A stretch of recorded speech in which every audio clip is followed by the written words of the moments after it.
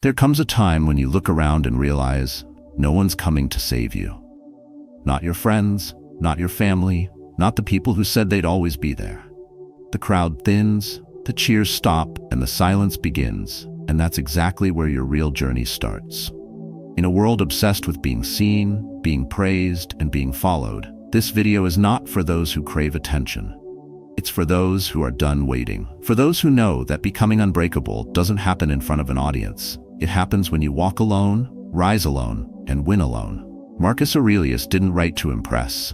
He wrote to remember who he was, especially when the world around him blurred the line between truth and noise. And today, we do the same. We strip away everything that isn't us, every approval we begged for, every applause we thought we needed, and we return to the one person we must never abandon, ourselves.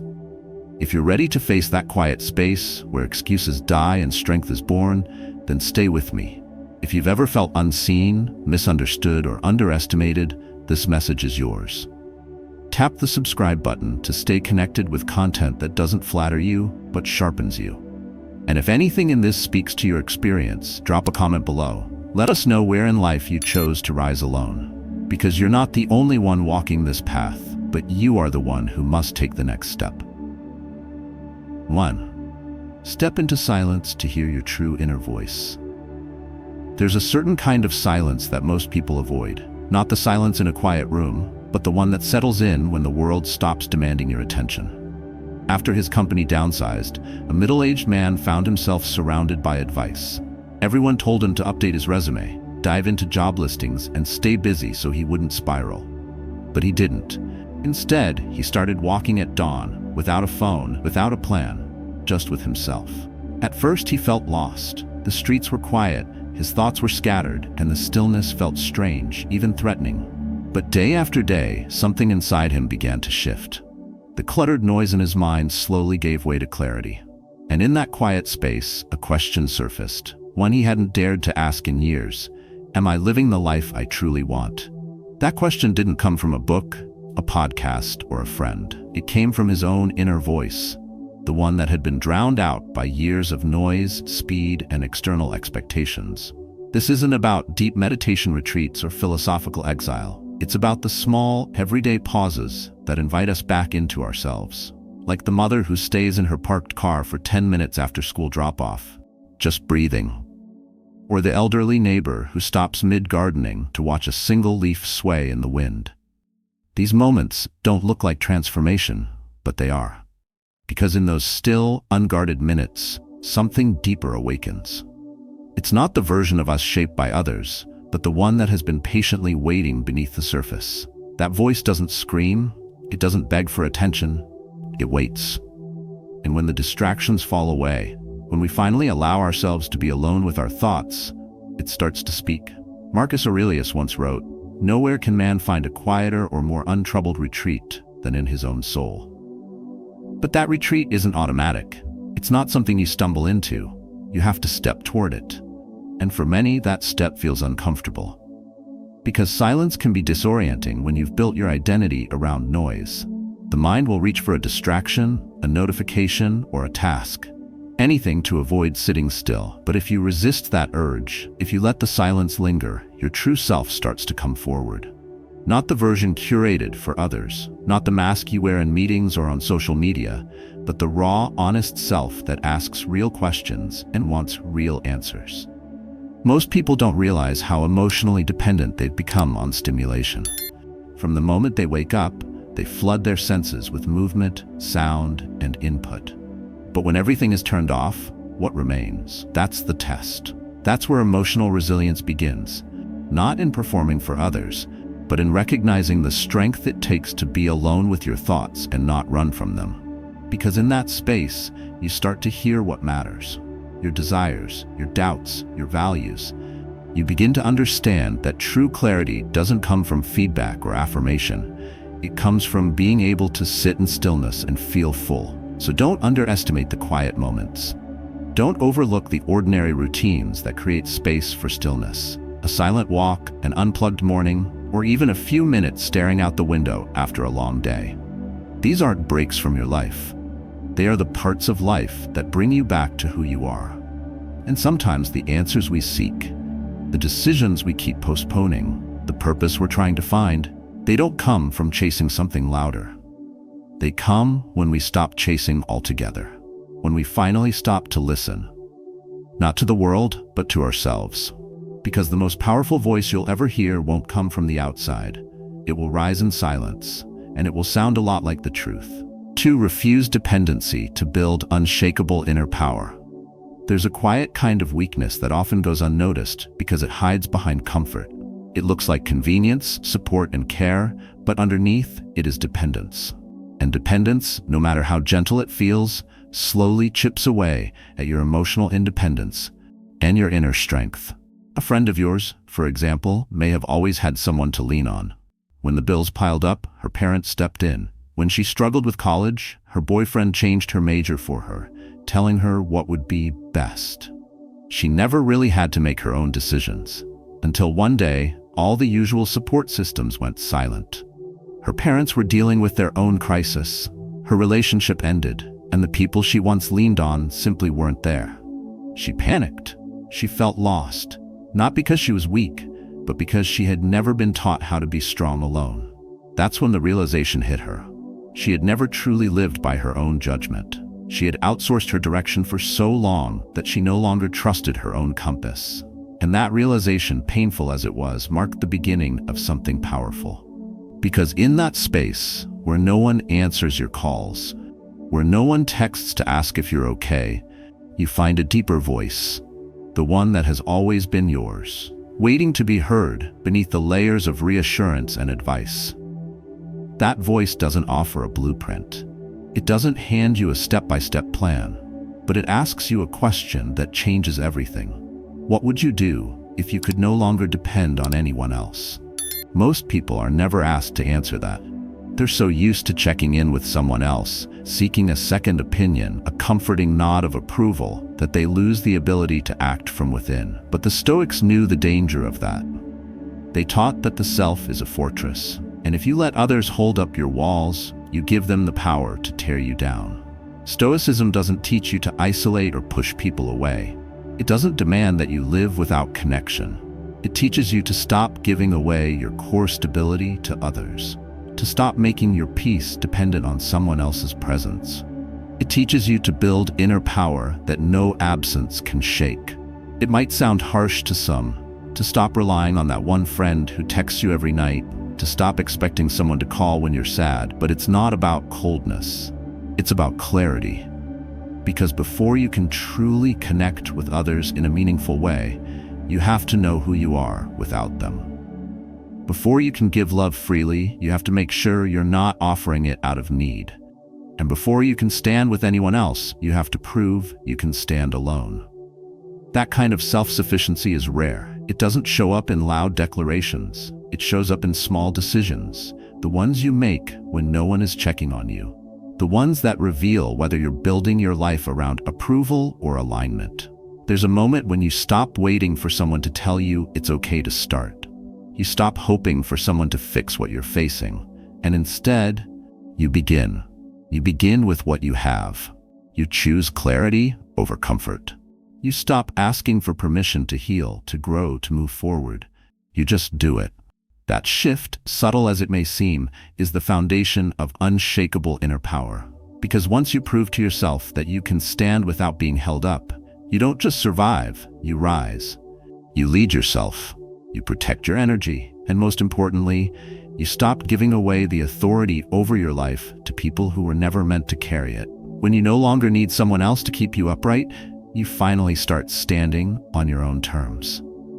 And there's nothing more powerful than that. 3. Persist in darkness to become your most dangerous self. There's a version of you that no one sees being built, not in public, not in applause, but in the quiet hours where you choose effort over ease. Think about a friend you once knew, someone who seemed to disappear after a personal crisis. You didn't hear from him for months, but what you didn't see were the mornings he woke up before dawn, sat alone with his thoughts, and taught himself how to rebuild a resume he hadn't touched in 10 years. Or maybe it was someone else, Someone who deleted every social media app just to study in silence after failing a critical exam. No celebration, no encouragement. But behind that closed door, something formidable was forming. Those moments of obscurity, of repeated invisible work, are the forge, not the stage, of your most powerful self.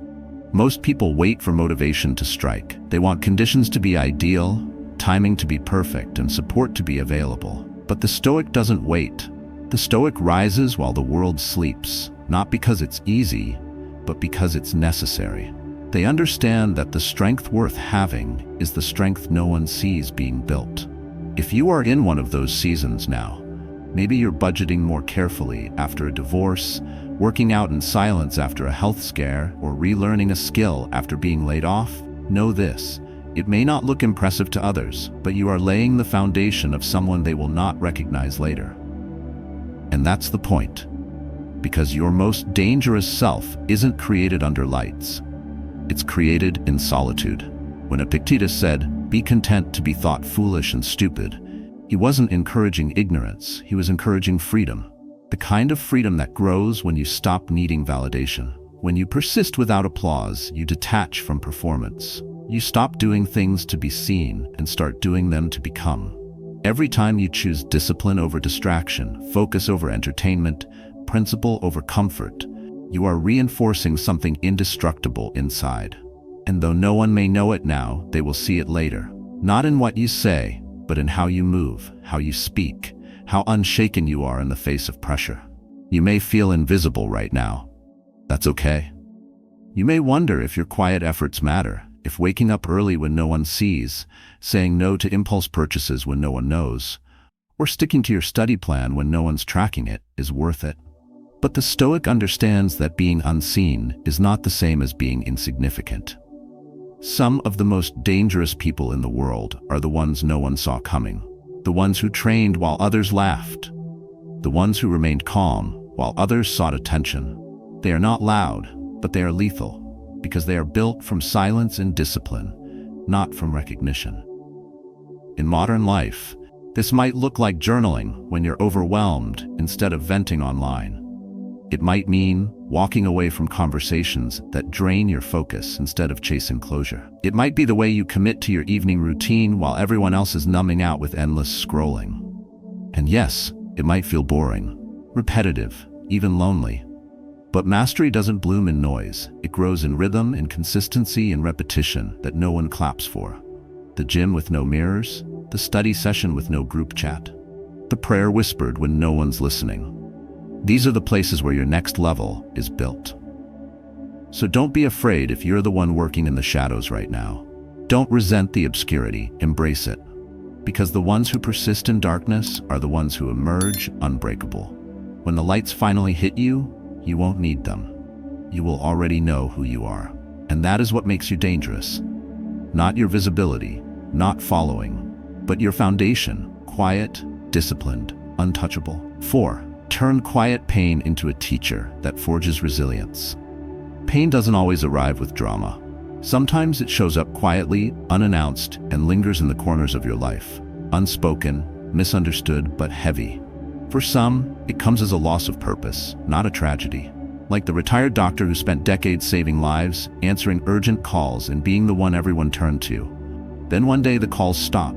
No one asks for his opinion. The silence is louder than he expected. He doesn't speak of it often, but he feels it. The emptiness of no longer being needed. At first, he mourns that invisible loss. But instead of retreating into bitterness, he picks up a pen. Slowly, he begins writing down the lessons medicine taught him. Not for prestige, but for students who might one day carry what he once held. The pain of being overlooked transforms into a new kind of purpose. What once felt like an ending becomes a channel to serve again. This time from behind the curtain. Or consider the young man who thought he found love, only to be left without warning. His first instinct was to blame her, timing, and bad luck. But late one night, instead of texting or venting, he sat alone and asked himself the question most avoided. Is there something in me I haven't yet faced? That one question marked the beginning of change. He began reading, journaling, listening, not to fix himself for anyone else, but to understand what hurt so deeply and why. That heartbreak, once a private wound, became his most honest mirror. The lesson wasn't loud, but it was lasting. Pain, especially the quiet kind, holds a strange power. It can either hollow you out or deepen you, and the Stoics understood that how you respond to pain shapes your character more than the pain itself. Life does not ask if you are ready before it disrupts your comfort. It simply delivers the weight and waits to see what you will do with it. Some people carry pain like a burden. Others carry it like a question. When you ask what the pain is trying to teach you, you begin to forge resilience. Not a brittle toughness, but a flexible strength. You become emotionally independent, not by avoiding what hurts, but by confronting it until it no longer controls you. It's easy to let pain define you, to wear it like a badge, repeat the same stories, and let it justify stagnation. But the Stoic chooses another path. They sit with discomfort long enough to let it reveal something useful. They don't suppress the feeling. They examine it, learn from it, and integrate it into who they are becoming. Resilience is not built through avoidance. It is built by letting pain sharpen your awareness, clarify your values, and expose the gaps in your character that need work. This kind of growth rarely comes in public. It happens when you're alone in your room with nothing but the echo of a feeling you can't explain. But if you stay there long enough and listen carefully, you'll hear more than sorrow. You'll hear direction. And maybe right now, you're carrying something like that. A quiet pain you haven't named, a sadness that follows you without words. Maybe you've told yourself to move on, to be strong, to get over it, but none of it seems to work. That's not a weakness, that's a signal. A signal that what you're holding isn't meant to be buried. It's meant to be understood. Let it teach you, let it stretch you, let it break something false in you so something true can take its place. Because not every wound is meant to close quickly. Some are meant to stay open, just long enough to reshape you.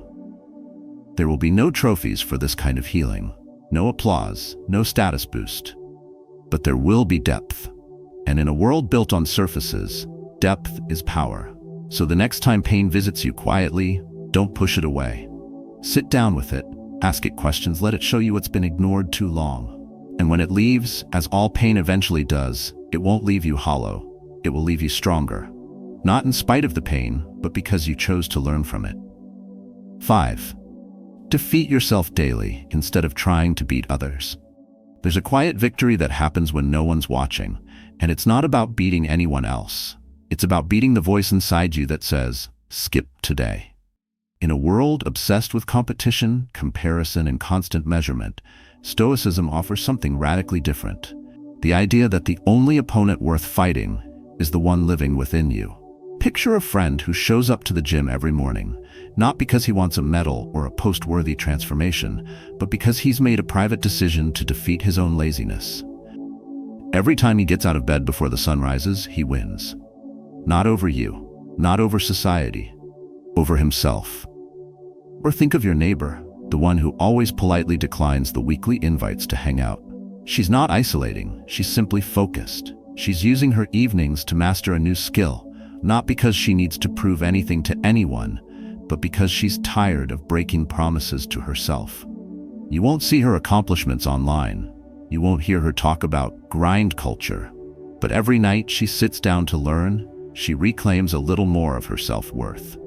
She doesn't win arguments. She wins back her time. That's the kind of strength the world doesn't often celebrate, but it's the only kind that lasts. We're constantly being pulled into the temptation to compare who has more success, more followers, more achievements. But the Stoic doesn't look outward for validation. The Stoic looks inward and asks a much harder question. Did I improve? Not in headlines, but in habits. Not in applause, but in alignment. Every moment you choose not to chase the crowd, but to center yourself in purpose, you're winning. Every time you silence the urge to scroll mindlessly and instead open a book, every time you walk away from gossip and choose stillness, you're not proving superiority. You're just refusing to betray your own potential. And maybe today your win is small. You got out of bed on time. You drank water instead of soda. You journaled instead of complaining. These may not look like milestones, but they matter. Because these are the daily battles that build a resilient mind. These are the repeated moments of self-discipline that accumulate into self-mastery. No one needs to congratulate you for them. Life will. It will show up in your mental clarity, your emotional strength, and the unshakable peace that comes when you're no longer driven by comparison. The real danger of trying to beat others is that it keeps your focus in the wrong direction. You start living according to other people's pace, other people's goals, and other people's lives. But Stoicism reminds you that the race isn't against them, it's against the version of you that keeps settling. Every time you choose growth over comfort, clarity over distraction, you win where it counts. And you don't need to be loud about it. Real progress is silent. You don't need anyone to say you're doing great. Your own actions will reflect it back to you. Peace will reflect it. Confidence will reflect it. Integrity will reflect it. So the next time you feel behind, or less than, or invisible, stop and ask yourself, did I show up today for my own evolution? Did I keep one promise to myself? Did I reject the easy path and take one small step toward the person I'm becoming? If so, then you've already won more than most people ever will. You've chosen the quiet, consistent path of defeating yourself daily, not with punishment, but with presence. And that kind of victory doesn't shout. It simply grows into confidence, into wisdom, into unshakable self-worth. The world may not notice it now, but you will feel it in everything you do. And one day they'll see it too, not in your words, but in your presence. 6. Live by your values without needing external approval. There's a certain kind of strength that doesn't need an audience, a power that comes not from applause, but from alignment. Living by your values, especially in a world that thrives on validation, is one of the most quietly radical things you can do. Your cousin, for instance, walked away from a 6-figure corporate job to teach at a small community school. People whispered behind his back. Some called it a waste. Others said he was running from ambition, but he never flinched. Because deep down, he knew he wasn't walking away from success. He was walking toward significance. He was no longer interested in chasing what looked good. He wanted to do what felt right. That shift didn't earn him likes or shares. It earned him peace. There's also the single mother who chooses not to post every moment of her parenting journey online. Not because she's afraid of judgment, but because she doesn't need a virtual thumbs up to know she's doing the right thing. Every lunch she packs, every bedtime story she reads, every boundary she sets is an act of quiet integrity. She's not looking for applause. She's rooted in purpose. In a society trained to perform even our virtues, her silence becomes its own kind of statement. It says, I know who I am. I don't need you to agree with it for it to be real. Maybe you've been there too.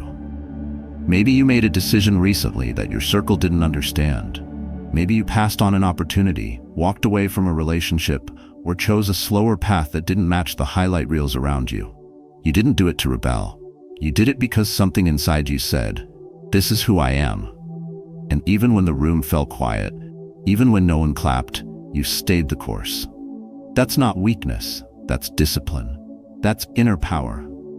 And that's what Stoicism teaches us, that virtue is not dependent on recognition. It is its own reward. Living by your values without needing approval is hard because it forces you to confront one of the deepest human cravings, the need to be seen and affirmed. But the Stoic learns to replace that craving with something stronger, self-respect. You stop looking outward for permission. You stop measuring your worth by consensus. You understand that if your peace can be taken away by someone else's disapproval, it was never real peace to begin with. So you trade popularity for principle. You trade being liked for being true. And over time, what felt like isolation starts to feel like freedom. This doesn't mean you don't listen. It doesn't mean you close your heart to feedback. It simply means that feedback no longer decides your direction. You take what's useful. You leave what isn't. You return to your compass, because when you're anchored in values, you can walk through the world without losing yourself in it. The noise doesn't disappear, but it no longer decides your next step. You become a person of quiet confidence, someone who doesn't need to announce their path because their actions walk it clearly. And that's the point. You don't need to convince others when you're convinced yourself. You don't need validation when your values are enough. The world will always chase trends, rewards, and reputation. But you, if you choose to live with inner alignment, will chase something deeper. You'll become someone who acts not for attention but from intention. Someone who is calm in storms, steady in silence, and clear when others are confused. Because you know something most don't. Real value doesn't need to be approved, it just needs to be lived. Quietly, consistently, unshakably. 7. Build your inner fortress, so nothing external can break you. There will come a moment when life strips away what you thought you could count on. The job disappears, the relationship ends, the routine collapses, and suddenly the external walls you leaned on are gone. In those moments, you'll discover what's left inside. And for some, it's chaos. But for others, it's a kind of stillness. That stillness doesn't happen by accident. It's built patiently and quietly through every small choice to protect your peace, even when no one is watching. Think of the father who lost his job without warning. The income stopped, the identity tied to his work vanished overnight. But if you looked into his home, you wouldn't see a man unraveling. You'd see him reading to his daughter, waking up at the same time every morning, shaving, folding clothes, watering plants. He didn't pretend it didn't hurt. He simply refused to let circumstances dictate his character. What you're seeing isn't denial. You're seeing a man fortified from the inside. Or maybe it's the woman you know who just ended a long relationship. There's no social media storm, no dramatic declarations. She's not searching to fill the emptiness with distractions. Instead, she writes in her notebook. She takes long walks without her phone. She begins again with quiet rituals. You can feel the shift in her, not a collapse, but a rebuilding. The world may have taken something from her, but it didn't take her center. That's the power of what Marcus Aurelius called the inner citadel. It's not a place to escape to. It's the ground beneath your feet when everything else is shaking. It's not walls you hide behind. It's a foundation you stand on. And every decision you make, especially the small, invisible ones, either strengthens or weakens it. Sometimes it's as simple as this. You get a message that shakes you. Bad news, a setback. And your instinct is to lash out or spiral. But you pause, you breathe, you open a journal and write 5 things you're still grateful for. Not because you're pretending to be fine, but because you're practicing emotional self-protection. You're telling yourself, this storm may be loud, but it won't tear me apart. That's not performance. That's discipline. And over time, those small acts, moments of conscious emotional detachment, those habits that shield your mind, become bricks in the fortress. The world is unpredictable. You cannot stop the losses, the changes, the people who disappoint you. But you can prepare. You can build a place inside that doesn't move with the weather. The Stoics understood that real strength isn't in control, it's in response. They didn't chase stability outside. They cultivated it within. Because what is external can always be taken. What is internal must be trained, earned, and protected. So ask yourself, what are you building today when no one is watching? When you choose not to argue, when you choose to go to bed early, when you choose to stretch instead of scroll, when you choose not to panic, even when your emotions want to explode. You're not just surviving, you're constructing a version of yourself that doesn't shatter easily. You're building your calm, your resilience, your clarity, and when the chaos comes, and it always does, you will not be untouched, but you will be unshaken. The goal isn't to be numb, it's to be unbreakable. Not because you don't feel, but because you know how to stay grounded in what truly matters. That's what the inner fortress offers. It is your quiet protection, your emotional independence, your steady place in a shaking world. And no one, not loss, not betrayal, not failure, can take it from you. Because you built it, and because you live in it, you can walk through anything. When you walk alone, rise alone, and win alone, you don't do it to prove anything to the world. You do it to reclaim yourself. The Stoic path doesn't promise comfort, it promises clarity. It asks you to break away from noise, let go of emotional dependency, and build the kind of inner strength that doesn't fade when circumstances change. In solitude, you discover that real freedom is not needing validation.